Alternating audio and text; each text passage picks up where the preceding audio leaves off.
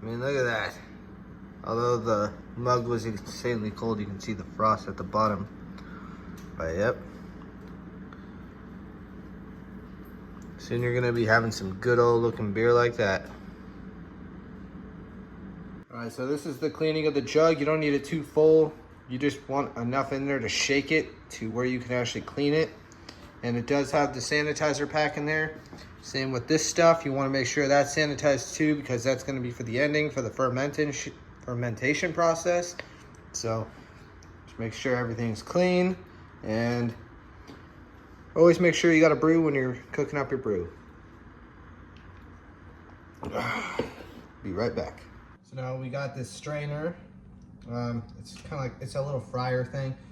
I lost my thing for it, so I literally had to take like an old aluminum spatula and kind of bend it up. Don't do this to your parents' stuff, okay? This is just basically me showing you. Always make sure you get your right equipment. If some of this does fall into the wort, it's no problem. It'll just filter out, you know, at the ending process.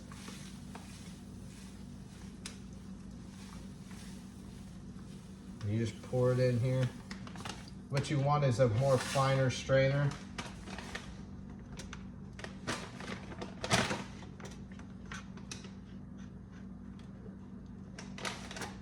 But yeah, and then you just basically just let it soak, and then the flavors will go in. And at this process, it'll be called the wort. The wort. So you're just gonna be mixing it all up, making it taste good, and all that, and yeah. So, oh no. My spatula's bending even more and I'm losing it.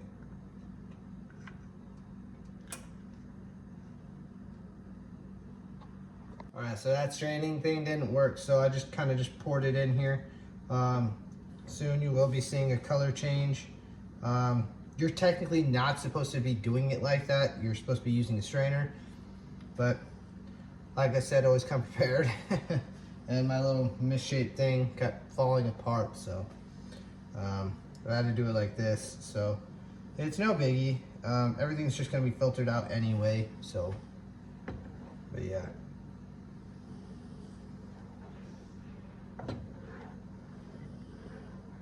And just make sure you really stir. Give it a good stir. And if there are any flavors that you want to put in here, the time would be at this point, because the wort is the most important part in flavoring your beer. So if there was like fruits or anything that you wanted to put in, toss it in. This is like the boiling, like of like the potion that you're basically making. So, you know, do it the way you want, and then ferment it and see how it tastes. But yeah. All right, guys, and see, this is the wort. Usually you wouldn't see all that in there.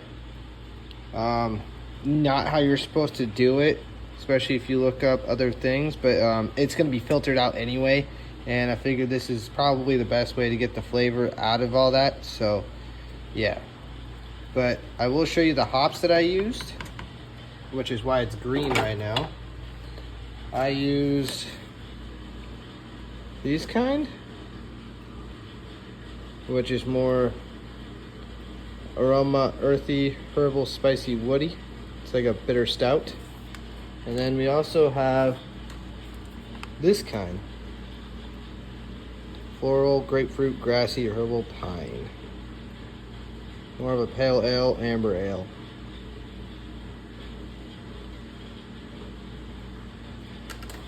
But yep, it's just boiling right now. To be honest, so one of these jugs came with a cap. And like I said, not too full. Just give it a good shake. Good shake. Make sure you get every aspect. And your stuff may be sanitized when it gets to you, like if you order it. Just sanitize it again, just be on the safe side. You never know. Airborne substances, I can't talk today. Just stuff like that, you know, just anything that could possibly get into your kit. It's always good to be on the safe side, just sanitize it. Make sure it's all clean. You want your beer to taste good, not bad. So, and then you just pour it out.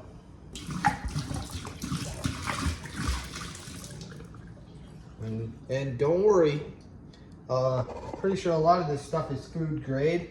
So if there is still a little bit in what you're using, don't worry. It's not gonna kill you. It's not gonna hurt you. Just don't eat it. Don't drink it. Don't be an idiot. Okay. But other than that, that's how you sanitize. When you do not want it to boil over, I'll tell you what, it is a hell of a mess to clean up. Don't let it boil over. I've done that twice and it sucks. Don't let it boil over. Just let it cook. Oh, I think I found the cherry. Yeah, I put a little cherry in here, so. But yeah. And just so you guys know, this is not like an actual recipe of somebody else's. This is just me buying a whole bunch of different things to make beer. Like different hops, different, mixes and all that, I recommend trying a kit first, get into it, know more about it, and then create your own beer. With your own ingredients, not somebody else's recipe. So this will be my recipe. But, yeah. So, always make sure you got the right equipment, so that way you don't have to, dig through your pot looking for the oatmeal, basically. But I got another strainer right here just to collect more of the wort, so that way I can use it for the batch. But yeah, this is pretty much what it looks like when it's all used up. But yeah, and it's just draining to the bottom. But yep.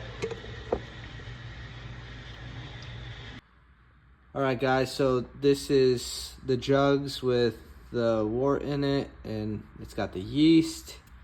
It's got the airlocks on there. In a little bit we should start to see those kind of bubble. But we will check back on them in a little bit. But right now we just let them sit. They're going to do this for a while. And throughout the week I will filter them out and make sure it's clean beer. So, yeah. So what's up guys? I hope you guys enjoyed this video. I will try to make some more in the future. If you guys do enjoy making beer, like with, or watching me make beer, or if you guys are interested in too, just put in the comments. I will try to make videos for your comments, to let you guys know that I am hearing you guys. I do know what you guys are saying.